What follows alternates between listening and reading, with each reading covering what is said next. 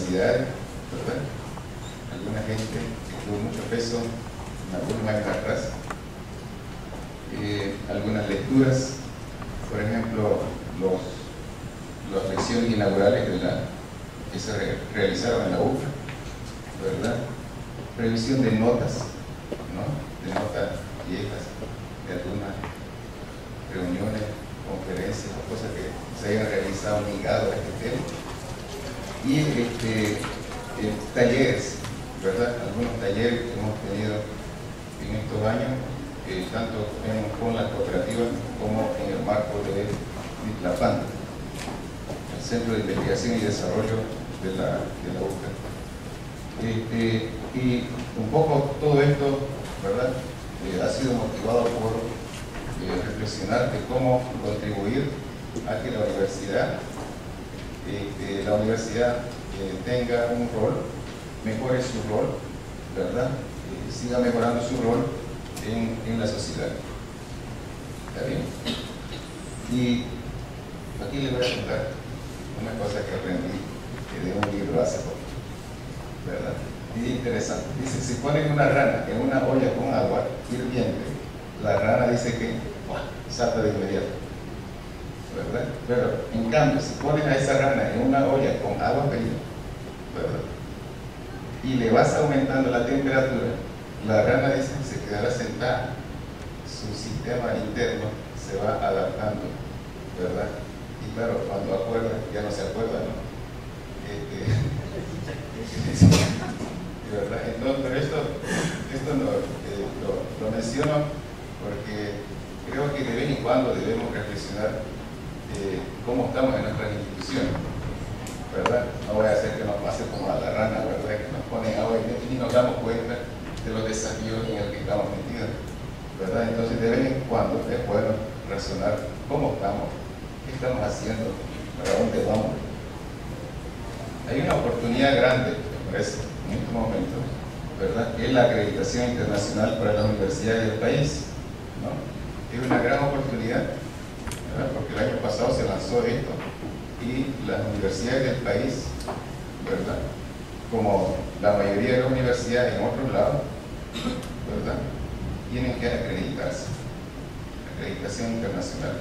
Eso significa que las universidades tienen que dar su salto, ¿verdad? Esa es la gran oportunidad, porque para acreditarse significa que tienes que tener docentes, ¿verdad? Investigadores, gente que está haciendo desarrollo, tiene que haber mayores maestrías, mayores doctorados, ¿verdad? Tiene que tener publicaciones en revistas internacionales, ¿verdad? Además de las inversiones físicas, tecnológicas, ¿verdad? Una cantidad de cosas.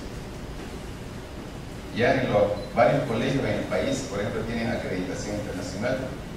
Y mis hijos, por ejemplo, están en un colegio donde la acreditación internacional los ha puesto a temblar, ¿verdad?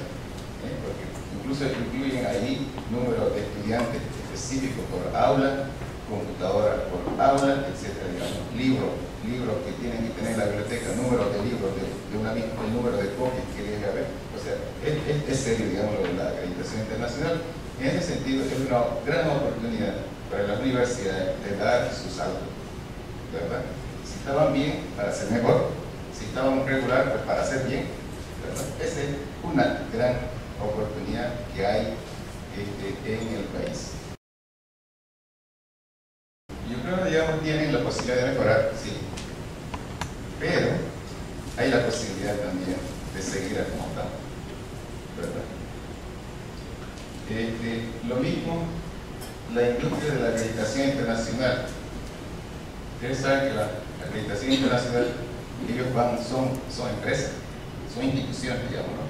Pero que tienen también una lógica de mercado. Entonces están buscando, digamos, qué mercado hay, a dónde me pueden contratar para ofrecer mi servicio, ¿no? Entonces, hay un riesgo de que logremos desaprovechar más bien esta oportunidad. ¿Cómo se podría desaprovechar, por ejemplo? Bueno, de que logremos medio camuflar algunos de nuestras no tan buenos niveles de avance, ¿verdad? Y que la industria de la consultoría, por ganar sus reales, se acomode a eso. Este es un gran riesgo.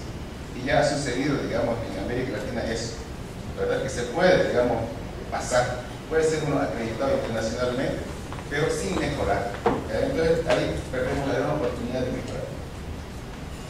Las universidades en América Latina en general y en el país, pues cada vez se han movido un poco más por la fuerza del mercado. Bueno, ustedes lo saben mejor que yo.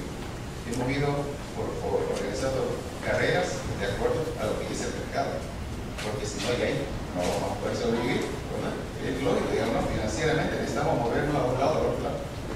Algunas de las carreras que no son tan rentables financieramente, ya no, ¿verdad? Algunas maestrías o grado, nos vamos por esa dinámica. Entonces, pero hay una diferencia entre lo que el mercado pide y lo que la sociedad pide. El balance entre ambos es lo que las universidades buscan hacer. Hay algunas universidades interesantes que hacen ese balance, hay otras menos interesantes, y hay un desbalance, ¿verdad? Y generalmente se gira más hacia el mercado, ¿verdad? Entonces, diría, por ejemplo, digamos, yo creo que la carrera de sociología, por ejemplo, es víctima un poco de esa situación, ya va para los sábados, digamos, ¿no? Y, ¿verdad? ¿Eso por qué? Porque de repente no tiene un mercado fuerte como podría ser la administración de empresas, contabilidad, auditoría. Es preguntarse, digamos, ¿qué busca nuestra sociedad? ¿Cuál es el futuro de nuestra sociedad? Entonces, ahí hay ese balance. Entonces puede ser que un desbalance de eso nos afecte. Hay algunas evaluaciones que se han hecho sobre las maestrías de las universidades en Centroamérica, ¿verdad? Evaluaciones que lo hacen e incluye algunos estudios de impacto en ello, ¿verdad? Esas evaluaciones dicen que nuestras maestrías, ¿verdad? Buen número de nuestras maestrías es el mejor último año de licenciatura o de ingeniería. De esto debe preocuparnos. Dicen, por ejemplo, que muchas de las maestrías ni se pide una tesis de investigación, ¿verdad? Si no se hace una tesis de investigación, dicen que ¿qué maestría es? Entonces, digamos, ahí hay un riesgo de que nuestra maestría, esa es una manera de evaluar, digamos. Entonces, si por ejemplo organizamos un doctorado, uno podría decir, va a hacer como una maestría. Pero como necesitamos profesores, investigadores con un título, podemos organizar cosas que nos provean títulos y perdemos la oportunidad de dar el salto. Este es el riesgo que hay, ¿verdad? O sea, organizar más posgrado, ¿verdad? Pero sin que tenga la calidad que se requiere, sino que bajarle la calidad. Y en Nicaragua tenemos un déficit de formación de capital humano, ¿verdad? De ver, tenemos un déficit. La gente que logra formarse con PhD se va rápido, ¿verdad? Se va rápido, lo tientan a los organismos culturales, ¿no? Y nos quedamos otra vez. Nosotros en Nicolán hemos formado, hemos contribuido a la formación de mucha gente, ¿verdad? Con maestrías en universidades de Bélgica, ¿verdad? Y cuando acordamos ya no está con nosotros, ¿verdad? Entonces, hay esa. Pero esta situación, en la lección inaugural, Padre Gorostia ya en 1993, ya lo presenta, ¿no? Y ahí se lo digo yo, ¿no? Ellos, en esa lección inaugural, ellos dicen, ¿qué estamos enseñando en las universidades?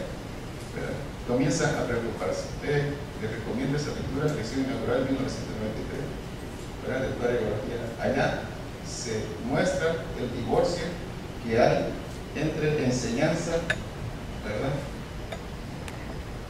investigación y acciones de desarrollo. Entonces, mira, se ha profundizado esa separación.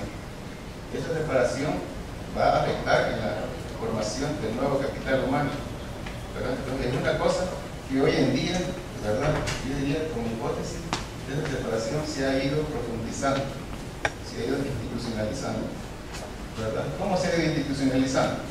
Bueno, muchos enseñamos sin investigar, ¿verdad?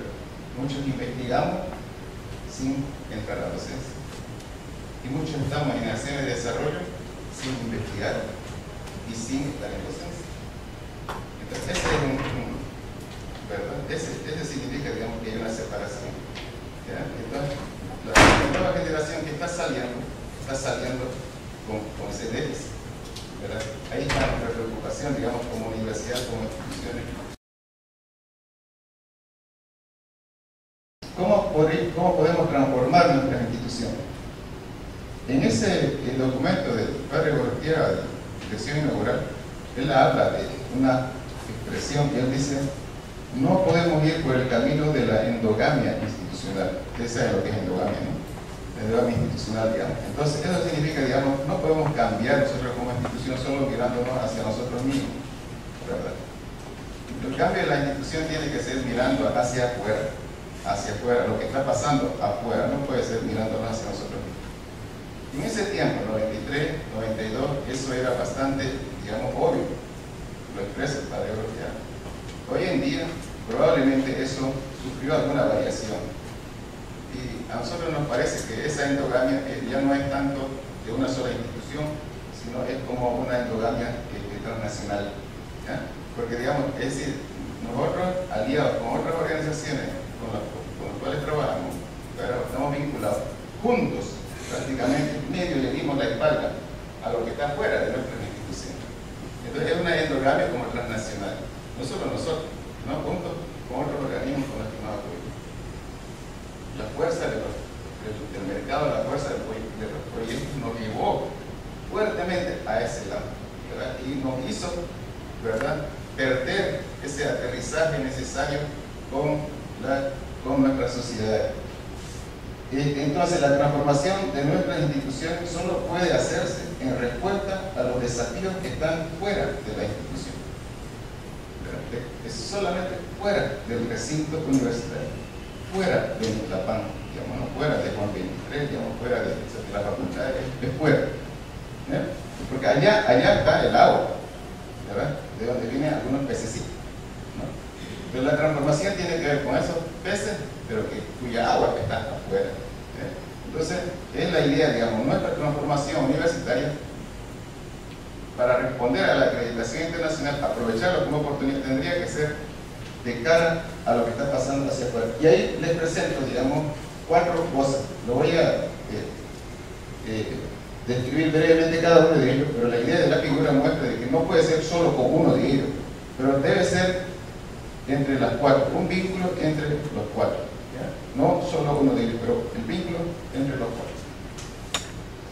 Comencemos por lo de inserción e inmersión.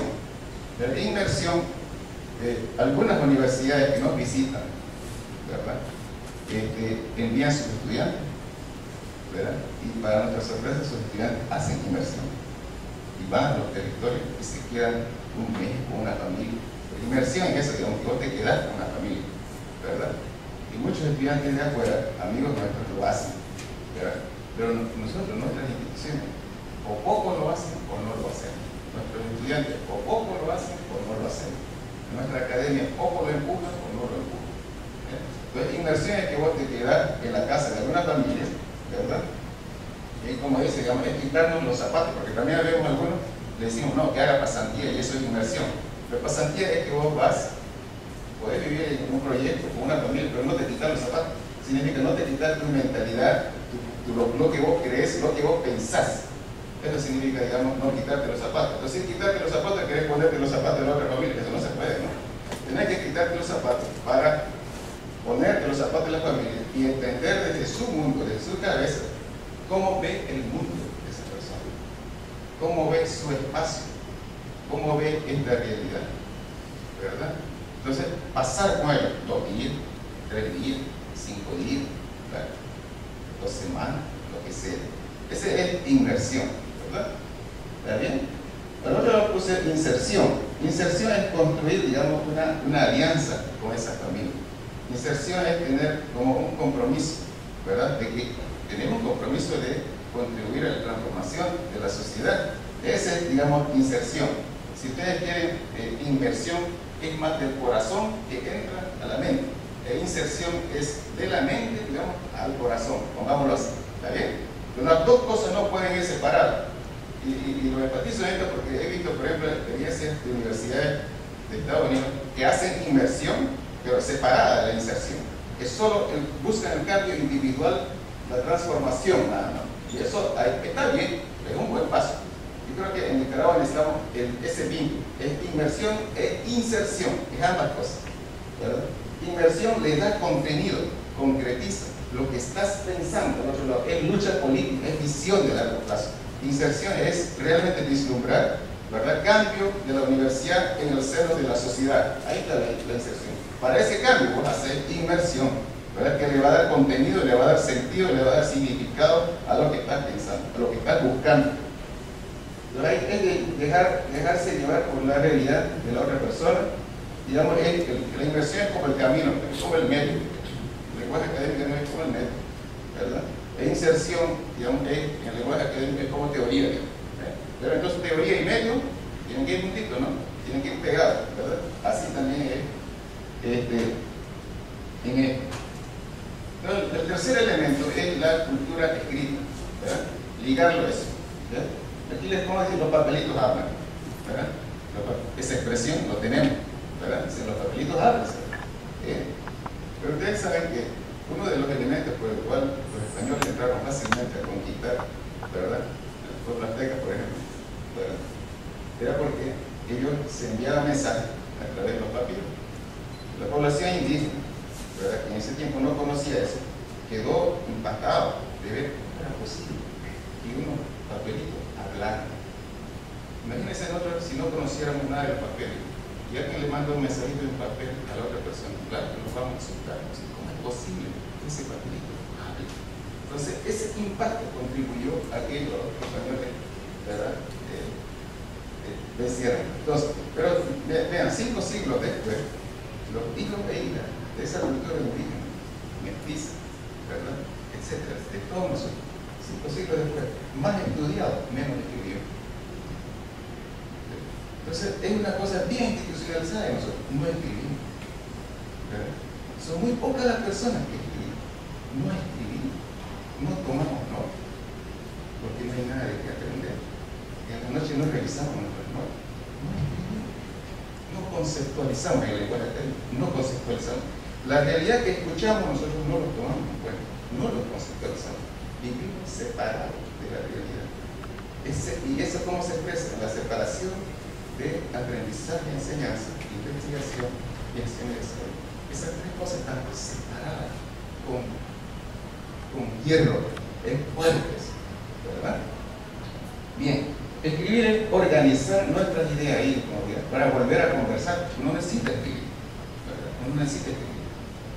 Lo que sea. Al escribir se explicita lo básico. Acuérdense, los educadores del mundo dicen que el 90% del conocimiento mundial es básico. 10% de los textos que escribir. Entonces, la importancia de trabajar en el conocimiento básico. Las empresas le dan prioridad a eso. Las instituciones inteligentes van trabajando eso. El conocimiento es básico. Al escribir se explicita lo básico, es como una mezcla, ¿verdad? Ponemos ejemplo, pues, es como una mezcla. La mezcla te amarra el bloque o el ladrillo, lo que vos pones en los bloques de ideas que hay, las experiencias de vida que hay. Esa cosa, cuando vos escribís, eso lo amarra, le da sentido y podés construir otro piso, ¿verdad? No podemos construir el segundo piso si no tenemos el primer piso, ¿no? Es paso a paso. Así es. Bien. Y aquí les cuento una cosa que agarramos del libro de Ricardo Valle, ¿verdad? Que hoy en la mañana lo vi, está en el país.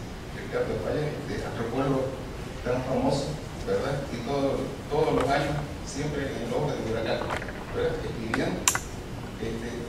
Entonces, él, junto con una colega, escribió un libro, ¿verdad? La colega que escribe con él es una joven, ¿verdad? Estudiante, que acaba de graduarse, ¿verdad? Y escribe con él. Pero ella nunca escribía. Ella dijo, voy a hacer las entrevistas y te voy a mandar la grabación.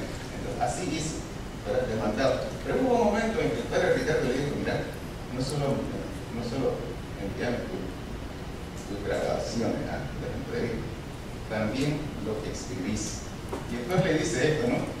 La insistencia que él está contando en el libro, los dos van escribiendo un mismo libro, ¿no? La insistencia del maestro, o sea, Ricardo Valle, ¿verdad?, con su alumna, hizo que calaran en mí sus hermosas palabras, pero no solo con la grabadora, sino con tu memoria, y escribir como loca. Así hizo el joven que dejó el Popol Vuh, escribió como loco todos los poemas y no había luz eléctrica entonces, ni menos computadora. ¿Ustedes conocen el librito de Popol Vuh? Escribió como loco. De decir a ella, escribir como tú, ¿no? Y después ella escribe, ¿no? Ella escribe. Digamos, que todas las personas podemos escribir. No es, claro que después hay problemas de redacción y cositas de eso, pero eso son cosas de escribir, lo podés hacer. Nos escribimos cartas. ¿Ve? Cuando nos hemos enamorado, a veces nos hemos escrito cartas. Ahí no hay ni que redacción ni que nada. Muy bien, amorcito, te espero en el vídeo. ¿Verdad? Entonces, si podemos escribir. Entonces, inserción, inmersión, escritura y deliberación. La parte de deliberación, digamos, no puse como la parte de deliberación tiene dos ideas, ¿verdad? Tiene dos ideas. La parte de deliberación tiene dos ideas. Uno es, digamos, la cultura occidental se caracteriza, dice, por el debate. ¿Ya? Al choque de las piedras se nace la luz. Esa ha sido la característica. Eduardo de Bono, el gran investigador, educador, dice que hay dos maneras, por lo menos, de pensamiento. El occidental, que es de debate, ¿verdad? Y el oriental. El oriental dice, no es de debate, ¿verdad? La cultura china, por ejemplo, es como el rompecabezas. Buscan los datos clave, ¿verdad? Un rompecabezas de 100 piezas. Dice, vos buscar, digamos, primera pieza, otra piecita, otra piecita. Cuando ya vas por la pieza 5, 6, 7, te das cuenta de que es rompecabezas. La pieza 8 que pone, ¿verdad? Por lo que sea, vos decís, este es un pajarito, este yo creo que es un tiburón, yo creo que esto es tal cosa. Otra piecita más, ya sabes de qué se trata. No tenés que tener las 100 piezas para saber de qué imagen estamos hablando por rompecabezas. Eduardo de Bono dice que la cultura oriental no es de debate, sino de conseguir los datos precisos. 1, 2, 3, y ya tienen más o menos la idea clara para dónde ir. Y no hay necesidad de pelear, no dice, ya está la decisión, los datos, los ponentes. Ahí. Yo pienso que deliberación podría incluir ambas culturas, ¿verdad? De buscar información, de juntar y que la luz surja en la medida que vos o deliberás, discutir o juntas la información clave. Entonces, esas cuatro cosas: inserción, ¿verdad? Inmersión, escritura, deliberación. Yo creo que si logramos juntar las cuatro cosas, podríamos transformar nuestras instituciones aún mejor, ¿verdad? Sin inserción carecemos de sentido de compromiso. La inserción te da ese compromiso, esa chispita en la mente de por qué es que trabajamos en una institución. Porque si no, así por real, yo me voy cerca del mar, ¿no? Y esperar que aparezca ahí una bolsita y algo real es raro, ¿verdad? Pero no, yo creo que estamos en una institución universitaria porque estamos comprometidos con la formación de un nuevo capital humano. O sea, es un trabajo serio, no es un trabajo, digamos, así, es una opción, una vocación muy importante que se ha tomado. Entonces estamos obligados cada vez a mejorar. Entonces, sin inserción carecemos de sentido de compromiso. Sin inmersión nos quedamos en el discurso. La inmersión te da contenido. Si como institución logramos dar ese paso, por lo menos copiarnos un poquito de las universidades que nos visitan, pero avanzar más, inmersión. No solo en la carrera de antropología se utiliza bastante la inmersión, pero ahora estoy buscando que la inmersión sea para todo, ¿verdad? Inmersión debiera ser, más cargos tenés, más inmersión debemos hacer, ¿verdad? Más estudiados sos, más debemos hacer inmersión. Pero la separación es tan grande que nuestra mente está al revés. Más estudiar, menos inmersión. Más cargos tenés, más lejos tenés que estar de la gente, ¿verdad? Tenés que hablar diferente, ¿verdad? No podés estar con la libertad de un cargo más alto. Están institucionalizados eso, desde todos los niveles, digamos. Entonces, ¿cómo logramos superar eso? Los dos son claves: inmersión e inserción, para deliberar y hacer fluir mentiras, ¿verdad? Y los tres, ¿verdad? Más la lectura, porque escribir significa que tienen que leer. Si nosotros, digamos, los que ya estamos después de 50 años, no hemos logrado adquirir el hábito de lectura, por favor, busca hacer con tu tiempo, leer en las noches, busca que lean. Por el cuento va a entrar la lectura. El en la mente de los niños y niñas va a entrar. O sea, yo les digo por experiencia propia también. Claro, si te cuesta estar leyéndole a los chicos, ¿verdad? Porque uno le da sueño, porque regresa cansado, ¿verdad? Pero ahí para qué fue mi hijo ahí, ¿verdad? Entonces digamos, la cultura de la escritura y la lectura. La lectura es impresionante. Por ejemplo, en Finlandia una vez yo tenía que agarrar el vuelo a las 4 de la mañana, ¿verdad? Y entonces, por miedo de perder el vuelo, no pude dormir toda la noche andada. No logré dormir, pues, porque vino el taxi a las 3, ¿verdad? Me lleva al aeropuerto a las 4. Entonces yo iba buscando el primer asiento después del chequeo para ver dónde cabeceo, digamos, ¿no? Pero cuando ya me estaba acomodando, veo una señora, ¿verdad? Sentada ahí con su libro, ¿verdad? Y me hizo desaparecer mi sueño. Y dije, a las 4 de la mañana la señora está con su libro. La cultura de lectura en Finlandia es tremenda. La clave de su formación, de su educación, se debe en gran parte a esa cultura desarrollada por décadas y décadas en la lectura. Entonces, la lectura es demasiado importante. Estas son las bases para vincular aprendizaje, investigación, acciones de desarrollo. Me parece que si logramos dar un pasito ahí, esa separación de aprendizaje, investigación y acciones de desarrollo se va un poquito derrumbar, un poquito. Pero no vamos a ser incluso queriendo que ya vamos a hacer eso, pero un poquito. Me parece que todos debemos hacer nuestro esfuerzo. Recordemos, cada quien solito no vamos a lograr avanzar y toditos vamos a estar en el mismo saco. Es una gran oportunidad lo de la acreditación internacional, ¿verdad? Para